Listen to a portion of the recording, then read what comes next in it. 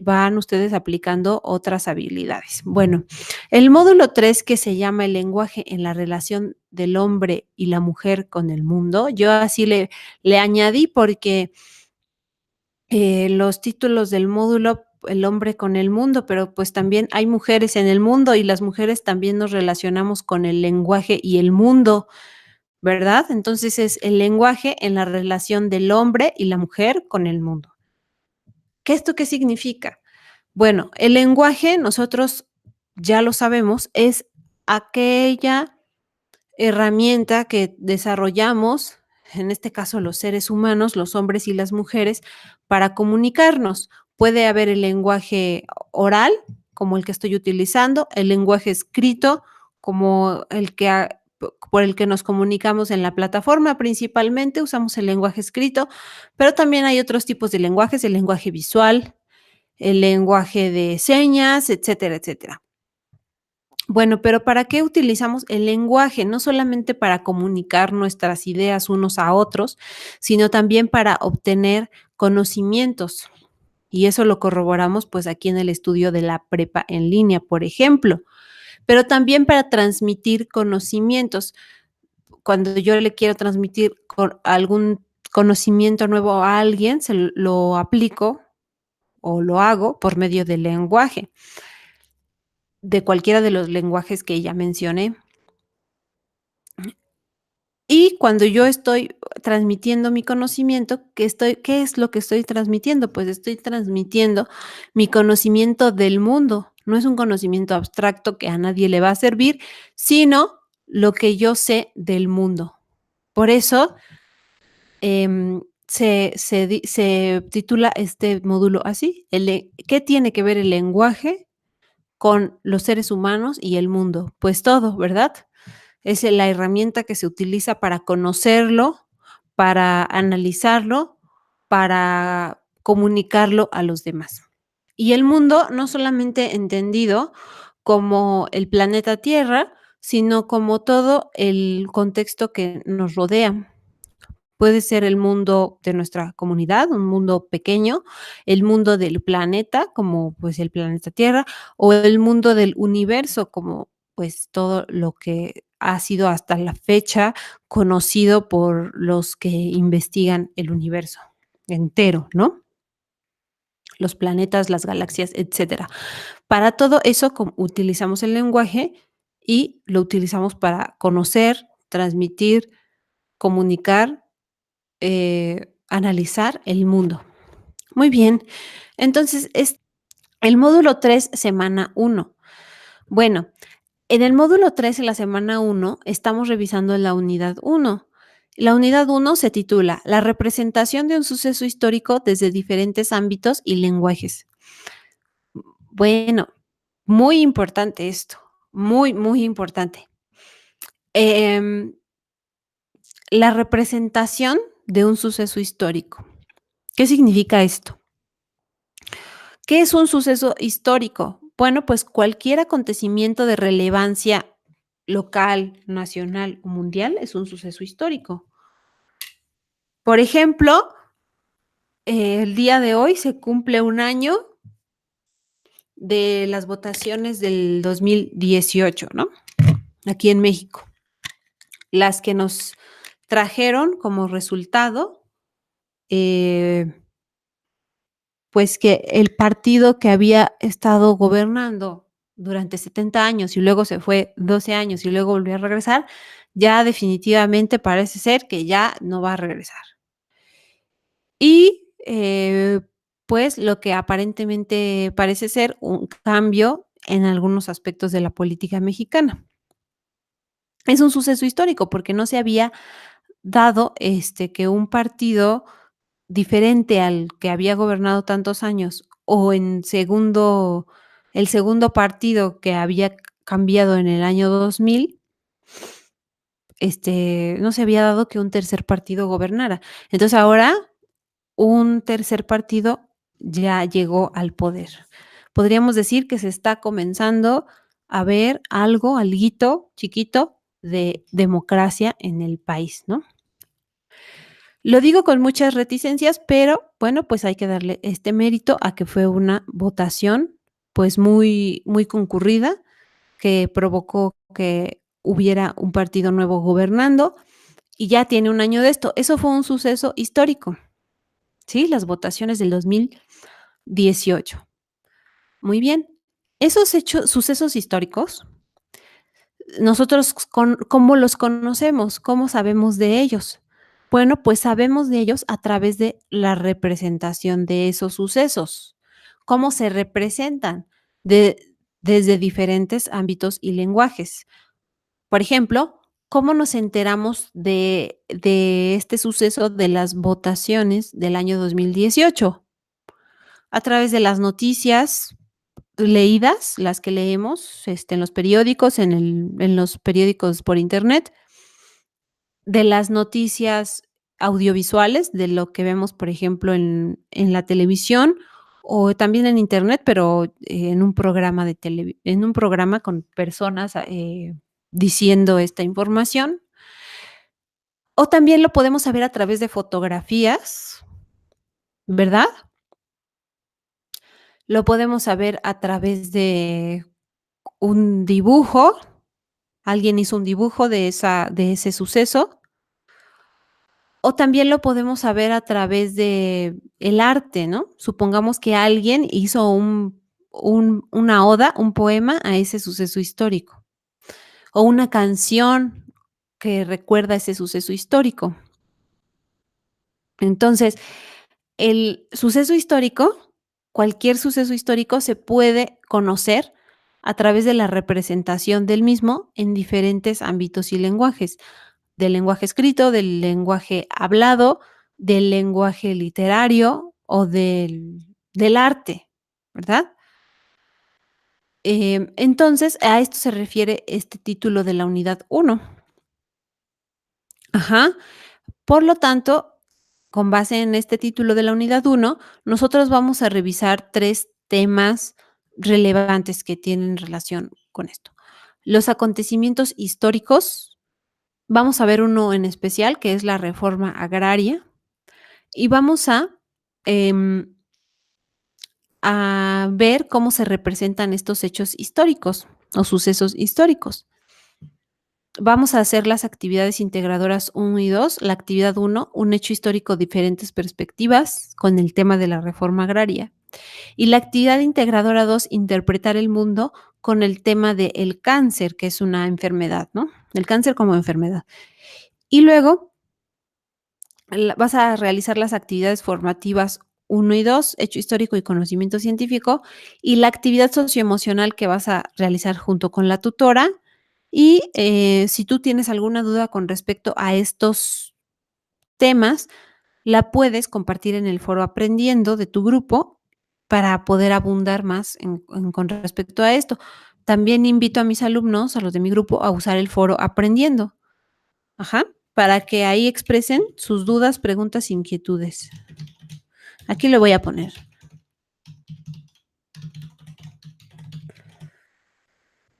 De todas formas, aquí también las pueden expresar, ya que están ahorita presentes. ¿Ok? O si estás viendo esta sesión síncrona, no en vivo, y tienes alguna duda, la dejas en los comentarios del video de YouTube y con mucho gusto te voy a apoyar para que puedas seguir adelante con la actividad. Muy bien. Entonces, yo creo que es importante que veamos ya en qué consiste la actividad integradora uno, un hecho histórico, diferentes perspectivas, que se habla sobre la reforma agraria. Para ello, voy a dar otra revisada al chat para ver qué me están escribiendo o si tienen algún comentario. Hola, Rubén, Perla, Guadalupe, Liz, Aurea, Ismene y Ani. Por la noche se podría como tampoco, ¿cómo a las 10 de la noche? ¿Y a qué horas me voy a dormir? ¿A la 1? No, tampoco.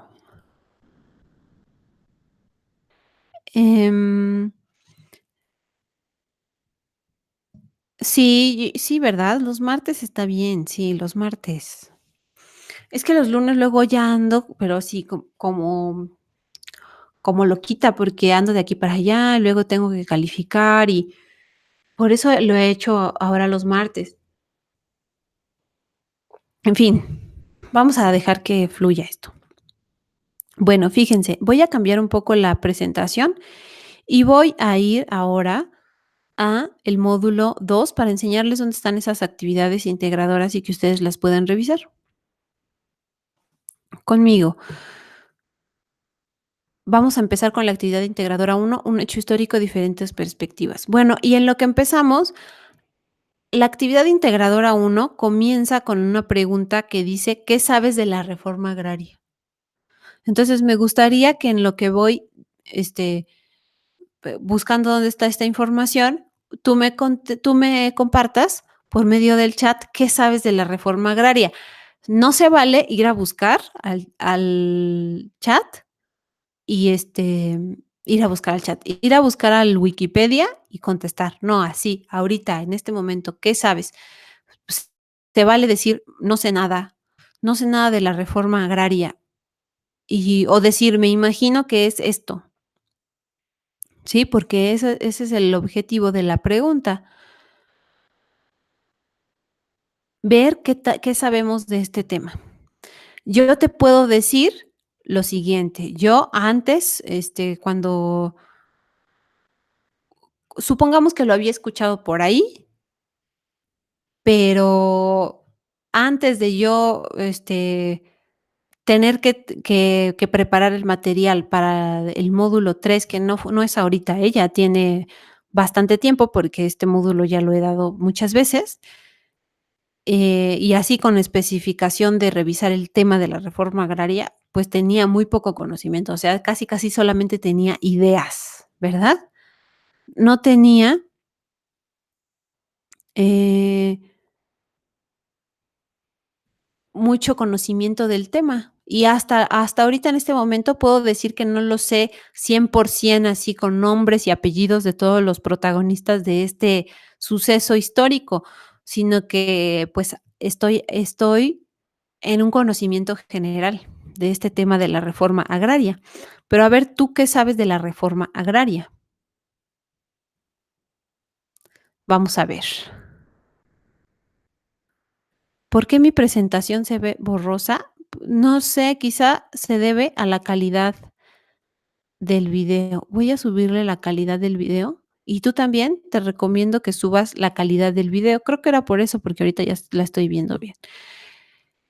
Ve la calidad del video la pantalla de YouTube hay un icono de una tuerquita, ¿no? Configuración. Ahí le das clic, calidad, y escoge la calidad más alta. Yo ahorita la escogí y ya creo que ya se ve mejor. Bueno, ¿qué sabes sobre la reforma agraria? No sé nada, ¿tengo que buscar información? No, pues de momento no. Cuando estés contestando esa pregunta, no. Ahorita ya voy con las dudas particulares, ¿sí? La verdad no sé nada, desconozco el tema. Es el reparto de las tierras a los campesinos, eso es correcto, Elsa. No sé nada, no sé nada, solo he escuchado que es algo referente al campo. Exacto, entre que no sabemos nada y que sabemos que se relaciona con el campo por lo de lo agrario, pero en realidad sabemos muy poco, muy pocas personas son los que saben a profundidad sobre el tema de la reforma agraria, debido a que es un suceso histórico, que, o sea, no es algo que esté pasando ahorita, sino que, sucedió desde sobre todo, desde el principio del siglo XX. Y por eso, pues, podríamos decir que no estamos enterándonos de lo que pasa, porque no es un tema presente, es un tema que ya tiene tiempo, pero de todas formas nos atañe y por eso lo vamos a revisar.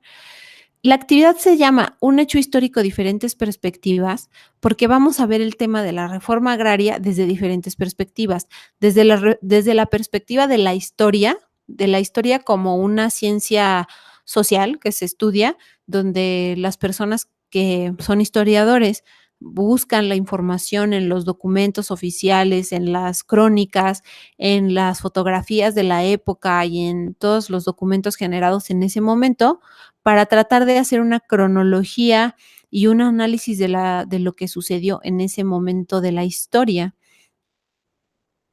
Lo vamos a ver desde el ámbito histórico, pero también lo vamos a ver desde el ámbito literario.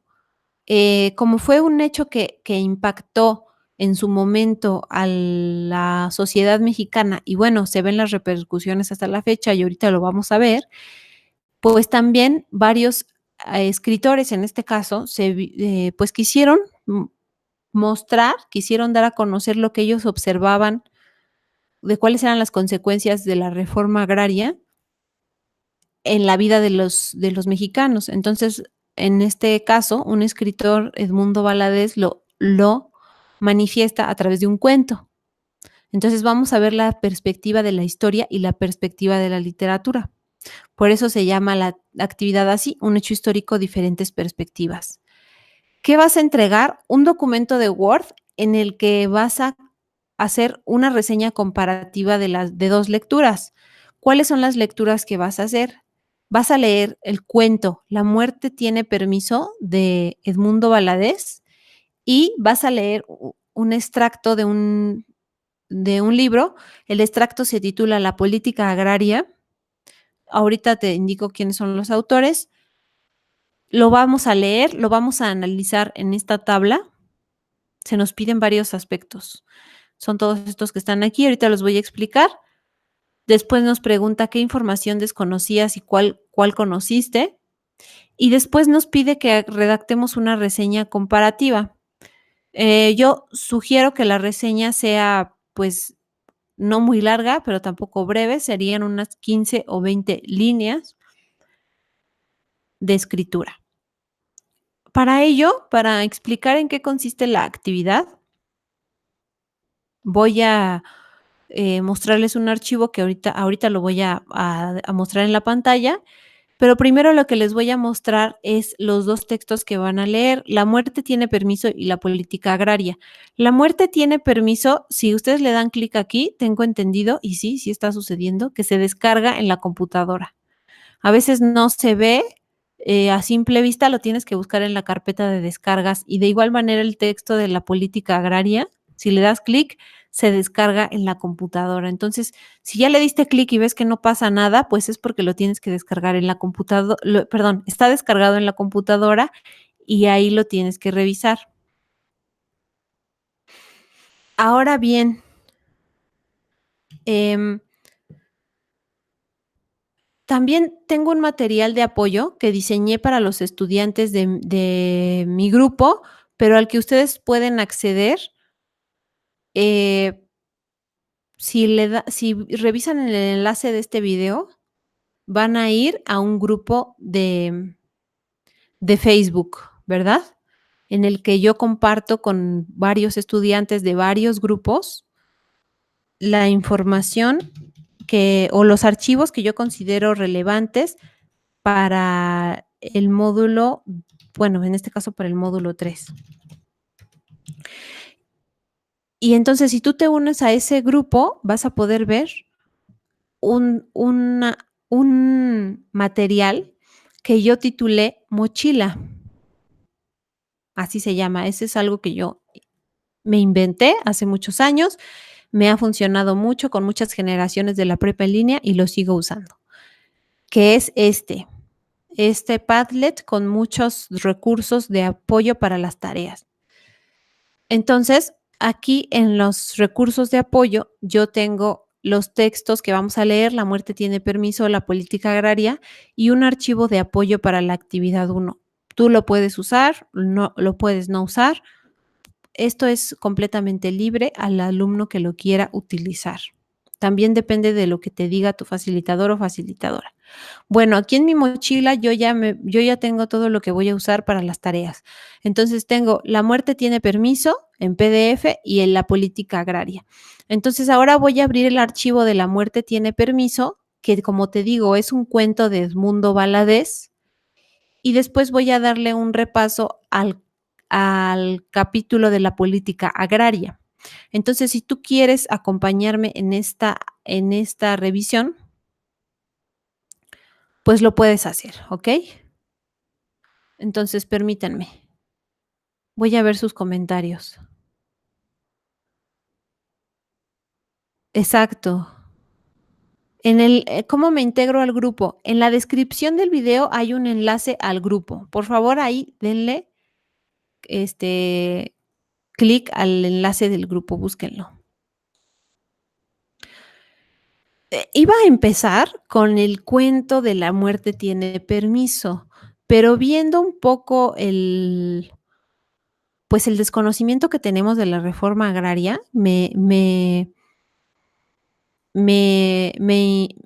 me incluyo, ¿eh? Entonces, creo que mejor voy a empezar con el texto de la política de la sí, de la política agraria, que es uno de los que tienen que ustedes que revisar. Entonces, voy a abrir primero el texto de la política agraria. Ahora me permiten otros segundos más y lo voy a abrir. Bueno, empiezo señalando esta página, que es la página 16 del texto. Em, en la página 16 viene esta tabla que dice distribución de la tierra, millones de hectáreas. La superficie total es 196.7 millones de hectáreas del territorio mexicano. Esta información es del año 1977, es decir, hace, ¿qué será? ¿40 años? 42 años. Bueno, fíjate, hace 42 años, vamos a ver nada más la gráfica del uso. Ajá. El uso de la tierra, no, mejor la tenencia primero, acá, la parte derecha de la pantalla. La tenencia de la tierra. El 83.1%, no, el 42% de la tierra pertenecía a ejidos. El 43% de la tierra pertenecía a la propiedad privada, es decir, a personas que tenían que son dueños de la tierra. 6.8 pertenecía, me estoy equivocando, 4% pertenecía a colonias, 5% pertenecía a territorios nacionales y 6% pertenecía a comunidades. ¿Ok? Y de ese uso de la tierra es lo que uno pisa, ¿eh? Lo que estás ahorita pisando, las calles, los bosques, todo. A eso se refiere con distribución de la tierra. Y el uso que se le daba a esa tierra, el 54% era uso para la ganadería, el 23% era forestal, el 15% era uso agrícola y otros era 8%. Ajá. Entonces, fíjate cómo estaba distribuida la tierra hace 42 años, y más adelante vamos a ir viendo, les voy a enseñar otra tabla de cómo está actualmente distribuida la tierra. Esto es hace 42 años. Bueno, pero esto no empezó hace 42 años, esto empezó hace mucho tiempo. Para leer este texto, yo te recomiendo que no te agobies, no es necesario leerlo todo. Para eso tú aprendiste el módulo 2, las estrategias de la lectura rápida y la lectura analítica. La lectura rápida es leer los títulos y los subtítulos, las ideas principales, y la lectura analítica, pues, es ya leerlo paso a paso. Pero yo les recomiendo que, pues, empecemos con la lectura rápida y en dado caso que ustedes necesiten profundizar más en algún aspecto, ya hagan la lectura analítica. Para la lectura rápida, yo comparto este documento que ya está subrayado con las ideas que yo considero las más importantes y principales para tomar en cuenta, para hacer esta tarea. Y, pues, considero que si tú revisas esta información, la que está subrayada, pues, te va a ser más sencillo comprender el tema sin tener que leer todo, todo, todo, porque, pues, hay detalles, pues sí, como es un texto histórico, pues, muy descriptivos, muy de cifras que a veces no alcanzamos a comprender en su totalidad. Bueno, la política agraria. Lo agrario, como su nombre lo dice, agrario tiene que ver con el campo, ¿sí? El campo, visto como la tierra, el que no está urbanizada todavía, ¿no? Donde no hay, construcciones de edificios, donde no hay empresas. La tierra, sí, imagínate un pastizal gigante, esa es lo agrario. Ahora, nosotros si vemos un mapa de México, pues imagínate que al principio, cuando todavía no había toda la civilización que conocemos ahora, pues todo era, ese campo, ¿verdad? Eso agrario. Quizá algunos campos más secos que otros, unos completamente desérticos, pero todo era puro campo. Bueno, conforme fueron avanzando las comunidades, las civilizaciones, los estados, etcétera, se fueron repartiendo esas tierras entre las personas, ¿verdad? Como ahora, pues algunas personas tienen su terreno, que se le llama, ¿no? Tengo mi terreno. Ah, pues tienes tu pedacito de tierra para ti. Algunos no tienen terreno, no lo rentan, ¿verdad? Y otros ni tienen terreno, ni lo rentan. Tristemente, hay personas que no tienen ni dónde vivir. Bueno, tenemos todas esas, opciones. Pero, eh, ¿cómo se llegó al acuerdo de quién era la tierra? O sea, ¿cómo se llegó al acuerdo de que yo ahora, en la actualidad, si tengo cierta cantidad de dinero, puedo comprar un terreno? ¿Quién inventó eso? ¿De dónde salió? ¿O siempre ha sido así? Bueno, a ese proceso que hay existe la tierra y alguien dice: "Esta tierra es mía", a todo ese proceso se le llama la política agraria. Desde cómo empezó a repartirse la tierra, si fue gratis, si tenían que pagar o cómo era. Bueno, este texto trata de explicar eso. Fíjate, nos da primero los antecedentes. ¿Ok? Dice, el problema de la tierra en México se localiza en todos los momentos de su historia, pero particularmente se agudiza a principios del siglo, y no de este siglo XXI, sino del siglo XX. Es un texto del siglo pasado, ¿verdad? Nos dieron un texto viejito para este tema, pero bueno, está bien. Em, Empieza con una frase muy interesante, dice, el problema de la tierra. O sea, que desde el principio tener un pedacito de tierra, ya sea para tener ahí tu rancho, tu tu huerto, o tu casa, tu jacalito, o tu edificio de 5 pisos, siempre ha sido un problema. Porque, pues, ahorita lo vamos a ver. Bueno, pero ese problema se agudizó a principios del siglo XX. Y de esa agudización surgió lo que conocemos ahora como la Revolución Mexicana, un conflicto en donde unas pocas personas tenían grandes extensiones de tierra y se buscaba que hubiera un reparto equitativo de la tierra, ¿ok? Que pues era un movimiento campesino, sobre todo la revolución, eh, bueno, lo que surgió a raíz de la Revolución Mexicana.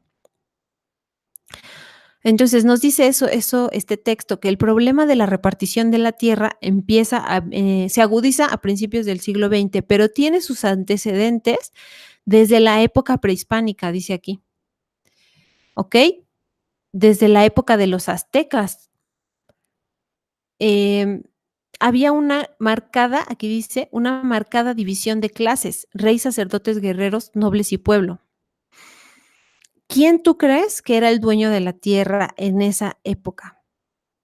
Pues, de un poco de manera lógica podemos llegar a la conclusión de que era el rey, ¿verdad? El rey era el que era el dueño de la tierra y si le daba la gana, le daba un pedacito, quizá a los guerreros, quizá a algunos nobles, a los sacerdotes, pues, en su templo, y al pueblo no, al pueblo yo le voy a decir dónde vivir, y cuando yo quiera lo quito de ahí para que se vaya a vivir a otro lado, o si me estorba, que ya no, que a ver cómo se las arregla. Por lo regular así se da cuando son gobiernos monárquicos, ¿no? El rey es el dueño de todo y los demás sí, se adhieren a lo que diga el rey. Bueno, pero, pues, como tú sabes, el imperio azteca, el imperio mexica, pues, eventualmente se fue conquistado, fue conquistado con la llegada de los españoles, con la llegada de las conquistas para los reyes católicos, que eran los reyes españoles, y ahora, ¿a quién le pertenecía la tierra? ¿A quién te imaginas que le pertenecía la tierra en la Nueva España, en la época de la colonia? Bueno, pues evidentemente a los conquistadores, ¿verdad? No a los vencidos. Entonces ahora muchos españoles peninsulares, que se le llama así a los que vivían aquí, pero eran de España, conquistadores, eran dueños de la tierra. ¿Por qué? Porque igual, como el gobierno español en ese momento era una monarquía, pues ahora ya la tierra no era de los aztecas, sino era de los reyes españoles, y ellos eran los que decían quién se quedaba con qué.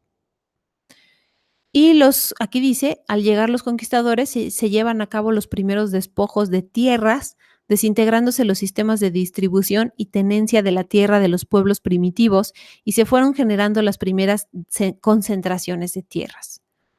Los repartos eran confirmados por disposiciones reales, es decir, el rey era el que decía quién se quedaba con la tierra. ¿Ok?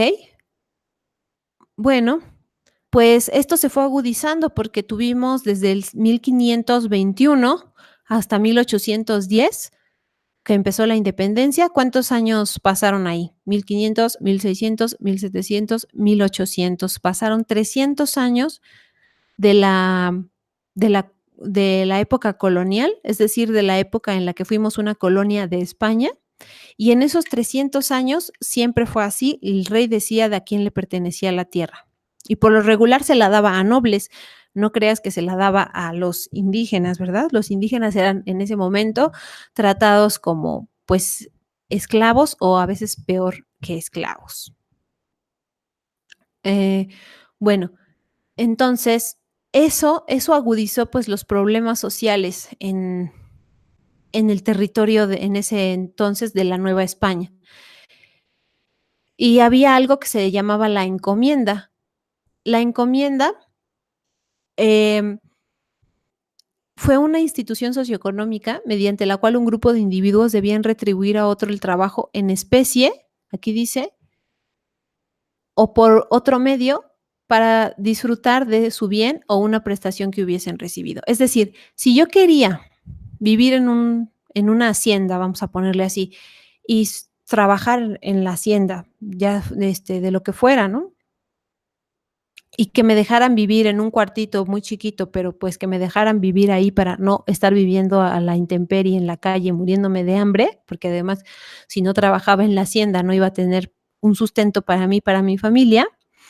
Entonces, si yo quería hacer eso, tenía que adherirme a las reglas de la encomienda, que era que yo iba a trabajar toda mi vida en esa hacienda, básicamente sin que me pagaran nada, más que me dejaran vivir ahí y me dejaran disfrutar de algunos bienes que se producían en la hacienda, por ejemplo, pues la comida, ¿no?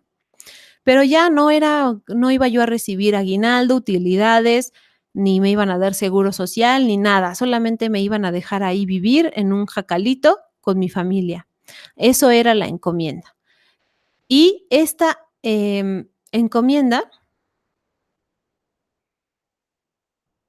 pues con ella surgió el problema de la tierra en México, ya que establecen una gran desigualdad en el reparto entre indígenas y españoles, porque pues otra vez repetimos, ¿quiénes serían los dueños de las haciendas? Pues los españoles, ¿verdad? Yo creo que no pocos indígenas o quizá ninguno. Bueno, y después empezó la situación agraria después de la conquista se caracteriza por una discriminatoria y defectuosa distribución de las tierras, la propiedad indígena y comunal había casi desaparecido para ceder su lugar a la propiedad privada de los españoles y a la propiedad creciente del clero. De esta manera, el latifundio civil y eclesiástico tuvo un gran desarrollo. Y esto es lo que pasó después de la independencia. Después de la independencia, eh, Perdón, esto es un poquito antes de la independencia. Bueno, igual, esto del latifundio. Aquí dice latifundio es una hacienda agrícola de gran extensión que pertenece a un solo propietario. Exacto. O sea, siguieron con problemas. Si no era la encomienda, era el latifundio y el latifundio pertenecía igual a españoles o a personas del clero. Y bueno, pues estas personas del clero, es decir, de la iglesia, los obispos, los cardenales, etcétera, pues también eran españoles, ¿verdad? Creo que muy pocos indígenas llegaron a ser obispos. A principios del siglo XIX, es decir, del año 1800 al 1899, el problema agrario giraba en torno a los latifundios, tierras baldías y propiedad eclesiástica. Esta trilogía problemática era el reflejo de las clases sociales que actuaban en el escenario mexicano, españoles, indígenas y clero, te digo. Entonces, había muchos desórdenes sociales por esto, pues era una gran desigualdad, ¿no? Que solamente la tierra le perteneciera a una persona que tuviera trabajando en condiciones, pues, de esclavitud casi a muchas personas, sin ningún pago de nada y sin que la tierra les perteneciera. Sobre todo ese era el principal problema, que en cualquier momento el hacendado podría cansarse de sus, este, encomendados, mandarlos, a volar y dejarlos sin lugar para vivir. Y sin ningún tipo de bien ni nada, ningún tipo de pago. Bueno, en fin. Entonces, esto desencadenó problemas sociales, evidentemente por la pobreza creciente que estaba en ese momento. Entonces, el gobierno español se preocupó por detener los desórdenes e intentó remediarlos. Entonces, todavía no estamos en la independencia, todavía estábamos gobernados por el gobierno español. El 12 de mayo de 1810 liberaba a los indios del pago de tributos y consideraba el reparto de tierras a los pueblos carentes de ellas. ¿Ok? Vamos a ver, bueno, ya estaban comenzando algo a mejorar, pero las medidas fracasaron. Pues obviamente las personas que tienen la tierra no van a querer soltar sus privilegios por dárselos a los indígenas, ¿no? Las desigualdades crecieron e impulsaron a las clases indígenas a iniciar la guerra de independencia. Como tú sabes, la independencia fue principalmente un movimiento de las clases más bajas, aunque pues, estuvo liderado por algunos criollos, que es decir, los hijos de españoles que nacían en México, no eran de padres mexicanos, eran de padres españoles, pero al estar ellos nacidos en México, pues no sabían si eran españoles o qué eran, entonces eran criollos. Entonces, Hidalgo, que ya lo conocemos todos muy bien por el billete de 20, expidió 2 decretos en 1810 aboliendo la esclavitud, porque te decía que estaban como esclavos, y ordenó la devolución de tierra a los naturales, es decir, a las personas que habían nacido aquí en México, a los indígenas. Sin embargo, Iturbide ofreció conservar en plenitud económica a la organización colonial, es decir, a los españoles.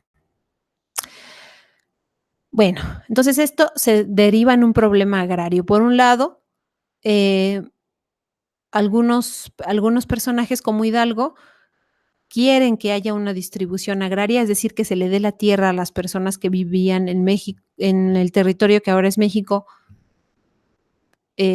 pero personas que estaban del lado de la corona española como Iturbide dicen que no, que debe de seguir teniendo los españoles su privilegio en la tierra. Hasta aquí, ¿cómo van? A mí me gusta mucho este tema porque me hace enojar. Entonces, me siento igual, no sé nada. Tengo entendido que se creó para repartir las tierras a los revolucionarios. ¿Hidalgo no era el del billete de 1000? Todavía no he visto un billete de 1000, para que veas. Los billetes de 1000 no llegan a mí. Sí es cierto, el que está en el billete de 20 es Benito Juárez, tienes razón. Hidalgo está en el billete de 1000. Perdón, me equivoqué. Pero antes Hidalgo estaba en el billete de 20, ¿no? ¿O no? ¿O siempre he estado mal? Bueno, sí, tienes razón. Hidalgo está en el billete de 1000 y Juárez es el que está en el billete de 20. Espero que sea así. Ahorita no tengo en mi mano billete de 1,000 pesos mexicanos.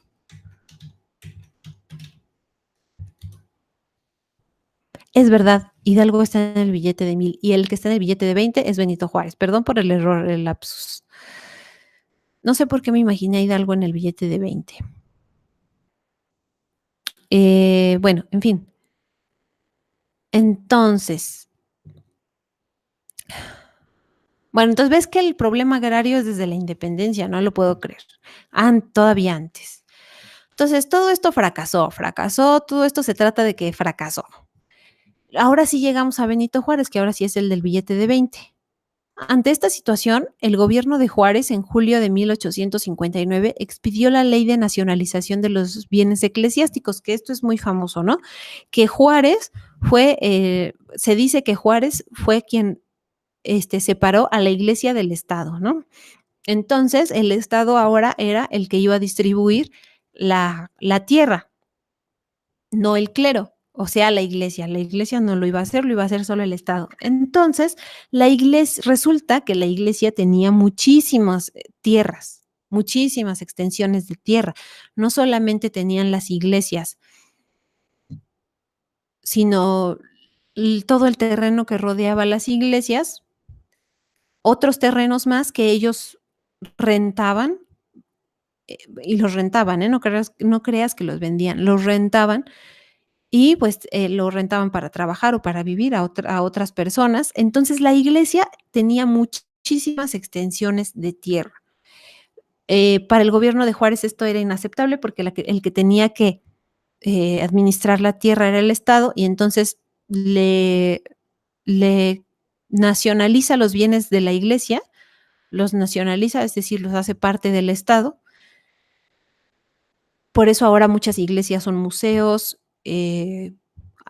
o sí, sobre todo museos o centros culturales, porque se les quitaron a la iglesia y el gobierno es el que administra estos bienes y estas tierras. ¿Ok?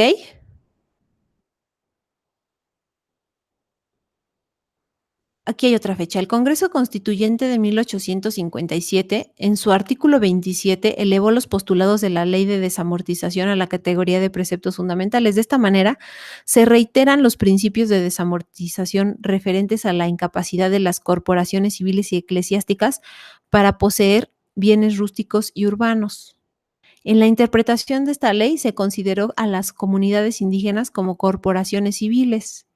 O sea, esta ley de desamortización, pues dice la tierra es del Estado. No, las corporaciones civiles y la iglesia no pueden tener tierra. Toda la tierra es del Estado. Entonces, el Estado es el que va a disponer de la tierra y en su caso la va a vender a los privados. Pero es el problema que seguimos enfrentando. Ok, el Estado tiene la tierra. Muy bien, perfecto. Pero el Estado vende esa tierra. Muy bien, también. Se la damos palomita, ¿no? Pero ¿quién entonces es el que puede comprar esa tierra? Pues evidentemente el que tiene el recurso económico, ¿no? Entonces, si el Estado vende la tierra, pero no la vende para que cualquiera la pueda comprar, sino solo para que unos la puedan comprar, caemos en el mismo círculo vicioso, ¿no? Los que tienen más capital, más ingresos, más recursos, son los que van a tener la tierra. Entonces, otra vez tenemos el problema en 1857 de que la tierra le pertenece a los que tienen más. Y tú te imaginas que los indígenas tuvieran mucho, pues no. Durante el Porfiriato, pues igual, la verdad igual, pasó lo mismo y por eso, y además de que el Porfiriato duró muchos años y que la propiedad pertenecía solo a unos cuantos, pues entonces para 1910 ya todo el mundo estaba harto de esto y llega la revolución que tenía como objetivo em, el reparto de tierras, de hecho, ese era uno de sus lemas, tierra y libertad, que todos tuvieran una tierra que pudieran utilizar para vivir, ¿verdad? Todos, absolutamente todos, y no solamente los que tuvieran los recursos económicos. Entonces, dice aquí, el Plan de San Luis postula la restitución de los terrenos a los que habían sido despojados, en su mayoría indígenas, por el abuso de la ley de terrenos baldíos. Es decir, en el Plan de San Luis se buscaba que las personas que habían sido despojadas de sus tierras se les regresara. Muy bien. En diciembre de 1914, Venustiano Carranza dicta el Plan de Veracruz, en el que toma como puntos principales la formación de la pequeña propiedad y la restitución de las tierras a los pueblos. En cumplimiento del Plan de Veracruz y para restar fuerza a Villa y Zapata, dicta Carranza la ley del 6 de enero, en la cual recoge los puntos principales para resolver el problema agrario. Y se le da a esta ley el nombre o el carácter de la primera ley agraria del país, y significa el primer intento serio para resolver el problema rural y el punto inicial de la reforma agraria. Es decir, a principios del siglo XX, ya estamos en 1914, se busca que haya un reparto de las tierras, entre comillas, equitativo para el sector rural, para las personas que viven en el campo, para las comunidades, sobre todo indígenas, ¿no? En mayo de 1915, Francisco Villa expidió una ley agraria en la que se reflejan las aspiraciones de un gran sector revolucionario en materia de tierras. Se hace distinción entre población indígena y el resto del país. El 28 de octubre se publica la ley agraria, basada en los principios de Emiliano Zapata. Esta ley se asienta en los criterios para crear la pequeña propiedad. Se caracteriza a los enemigos de la revolución y se establecen las condiciones para formar sociedades cooperativas, que todavía existen por ahí las sociedades cooperativas, es decir, que un conjunto de personas poseen una tierra, pero la administran de manera cooperativa, es decir, todos colaboran para que esa tierra se pueda vivir en ella y se pueda trabajar de ella y se pueda vivir de ella, ¿no? Habiendo dominado a Villa y Zapata, Carranza convocó al Congreso Constituyente. En el artículo 27 constitucional se elevó a la categoría de ley constitucional, la del 6 de enero de 1915, y con ello se dio una nueva estructura agraria que produjo como consecuencia 3 tipos de propiedad. Entonces ya estamos aquí entrando en 1915, ya había 3 tipos de propiedad: ejidos, pequeña propiedad con extensión limitada y propiedad comunal. Y los ejidos todavía perviven algunos, tengo entendido. El ejido en México es una figura jurídica mediante la cual una comunidad de personas es propietaria de una gran extensión territorial para repartirla entre sus miembros, quienes tendrán derecho a obtener fracciones de terreno para construir su casa habitación y para cultivo, quedando otras partes para la construcción de edificaciones administrativas, de servicios públicos o culturales. Pequeña propiedad, es decir, que unas personas pueden tener una extensión de tierra sin tener que compartirla. Y propiedad comunal, que es que todos poseen la tierra, todos en el misma y todos la administran. Bueno, se dijo que podía haber 3 tipos de estructura agraria, ¿no? Por otra parte, se instituyó como propiedad originaria de la nación a todas las tierras comprendidas bajo el territorio nacional y el dominio directo por parte del Estado sobre los recursos naturales. Esto es muy importante, que el Estado, la estructura administrativa gubernamental, es dueña, por eso aquí dice el dominio, de los recursos naturales. Esto es muy importante y se les anda olvidando a veces a los nuevos gobiernos, ¿verdad? El Estado es el que tiene el dominio de los recursos naturales, no las empresas privadas, no las corporaciones transnacionales. Pero bueno. Entonces, durante años y años se quiso, pues, hacer un reparto equitativo de las tierras, que todas las personas tuvieran un lugar, sobre todo en el que vivir y en el que pudieran trabajar. Pero solo hasta la revolución, pues, como que se dio un movimiento más álgido e importante y en el que se llegó ya a la ley agraria, ¿no? Sin embargo, la ley agraria no ha sido la solución, o sea, no, pues, no ha solucionado los problemas que todavía hay de reparto de tierras. Creo que seguimos en la misma dinámica de que el que tiene más recursos económicos tiene la tierra, ¿no?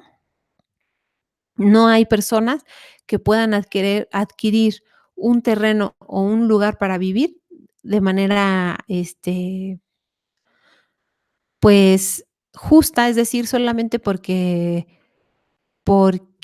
pues, se necesita, es un derecho humano vivir con dignidad. Pocas personas son las que pueden acceder a una tierra si es que no tienen el dinero, ¿ok? Entonces, por eso aquí viene otro subtema que es la problemática agraria, o sea, esto del reparto de tierras no ha sido suficiente, así sigue habiendo problemas, ¿ok? Después hubo una Secretaría de la Reforma Agraria. Acuérdate que este texto es del año 72. Entonces, había una Secretaría de la Reforma Agraria cuyo nombre se fue cambiando durante los sucesivos gobiernos. Y entonces ahí llegamos al todo esto yo no lo subrayé ni nada porque considero que no es tan importante para la actividad. Lo que sí subrayé fue la tabla que te enseñé al inicio, sobre el reparto de la distribución de la tierra. Ajá. El 43% es propiedad privada, el 42% son ejidos, 4% colonias, 5% terrenos, 6% comunidades. Y se da un uso a la ganadería, a lo forestal y a lo agrícola principalmente. Esto en 1970. Y ahora fíjate, em, ahora fíjate, déjame ver dónde dejé ese.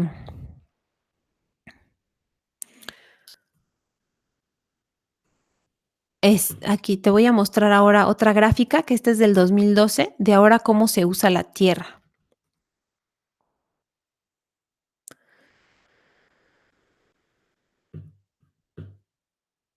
Esto no, esto es el otro texto. Ahora la tierra, fíjate, distribución de la propiedad de la tierra. A continuación se presenta la distribución de la tenencia de la tierra en México con base en datos estadísticos de la Secretaría de la Reforma Agraria del 2012. Propiedad social, 52%. Propiedad privada rural, 38%. Colonias agrícolas y ganaderas, 2%. Terrenos nacionales, 4%. Zonas federales, urbanas, cuerpos de agua, 4.3%. Es decir, 52% del territorio todavía puede ser ocupado por cualquier persona, que obviamente, eso es lo triste, que tenga los recursos para hacerse de esta tierra. 38% es propiedad privada rural. Cuando dice propiedad privada rural, no sabemos si le pertenece a una persona, a una familia o a una empresa transnacional. Terrenos nacionales, 4%, disminuyó, ¿verdad? El terreno que se respeta para no explotarlo naturalmente, antes era el 5% y ahora es el 4% del territorio. Colonias agrícolas y ganaderas, 2%, y zonas federales urbanas, cuerpos de agua, 4.3%. Entonces, hay más territorio para que lo ocupe la sociedad, pero te digo, una de las cosas importantes es que, ¿qué sociedad lo va a ocupar? La que tenga el recurso económico para adquirir las tierras. Es también sabido que algunos obtienen o pueden acceder a la tierra por medio de decretos federales, donde un grupo de personas se organizan para apropiarse de una tierra y se las dan. Pero en realidad, ¿cuántas son las personas que pueden tener un terreno de esta manera? Muy pocas, ¿verdad? En comparación con toda la cantidad de gente que vivimos en el territorio nacional. Bueno, entonces el problema agrario sigue ahí. Coméntame hasta ahorita cómo tú ves este problema. ¿Qué opinas ante esto? Lo que sé es una idea de qué es la reforma de los pueblos. Muy bien. Creo que la reforma agraria sucedió en la época del Porfiriato y se refería a la repartición de tierras donde la clase social alta fueron los beneficiados. Sí, te digo, Esperanza, en el Porfiriato siguió lo mismo de siempre. Cada campesino tiene derecho a una parte de la tierra. Sí, eso sería como lo ideal, ¿verdad? Em,